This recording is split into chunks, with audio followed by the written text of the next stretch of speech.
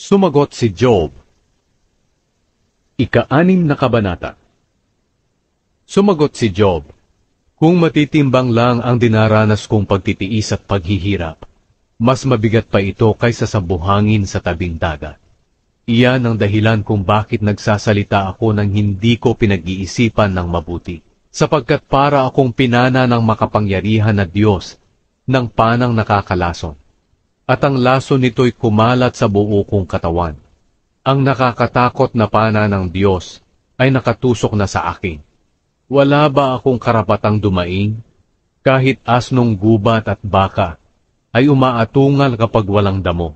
Ang tao na may nagrereklamo kapag walang asin ang kanyang pagkain. Lalo na't kung ang kakainin ay puti lang ng itlog. Ako man ay wala ring ganang kainin iyan, para akong masusuka. Naway ibigay ng Diyos sa akin ang aking kahilingan. Matanggap ko na sana ang aking hinahangad, nabawiin na lang sana ng Diyos ang aking buhay. At kapag ito'y nangyari, masaya pa rin ako, dahil sa kabila ng aking paghihirap, hinding-hindi ko itinakwilang mga salita ng banal na Diyos. Ngunit pagod na akong maghintay, at wala na rin ako maaasahan pa. Bakit kailangang patagalin pa ang buhay ko? Kasing tibay ba ako ng bato, at gawa ba sa tanso ang katawan ko? Hindi. Wala na akong lakas para iligtas ang sarili ko. Wala na rin akong pagkakataong magtagumpay pa. Bilang mga kaibigan, nais kong damayan ninyo ako sa paghihirap kong ito. Kahit na sa tingin ninyo'y itinakwil ko na ang Diyos na makapangyarihan. Pero kayong mga itinuturing kong kapatid ay hindi pala maaasahan.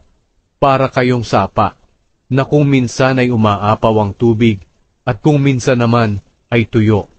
Ito'y umaapaw kapag napupuno ng tunaw na yelo at niyebe, at natutuyo kapag tag-init. Kapag dumaan doon ang mga naglalakbay, wala silang tubig na maiinom. Kaya pagdating nila sa ilang namamatay sila. Ang mga mangangalakal na nagmula sa Tema at Sieba na naglalakbay, ay umaasang makakainom sa sapa, pero nabigo sila. Umaasa silang may tubig doon, pero wala pala. Ang sapa na iyon ang katulad ninyo. Wala rin kayong naitutulong sa akin. Natakot kayo nang makita ninyo ang nakakaawa kong kalagayan. Pero bakit? Humingi ba ako ng regalo sa inyo? Nakiusap ba ako na tulungan ninyo ako mula sa inyong kayamanan? O iligtas sa kamay ng aking mga kaaway? Hindi. Ang pakiusap ko lamang ay sabihin ninyo sa akin ang tamang sagot sa nangyayari sa akin, at tatahimik na ako. Sabihin ninyo sa akin kung ano ang nagawa kong pagkakamali. Hindi baling masakit ang sasabihin ninyo, basta't iyon ay totoo. Pero ang ibinibintang ninyo sa akin ay hindi totoo, at hindi ninyo mapatunayan.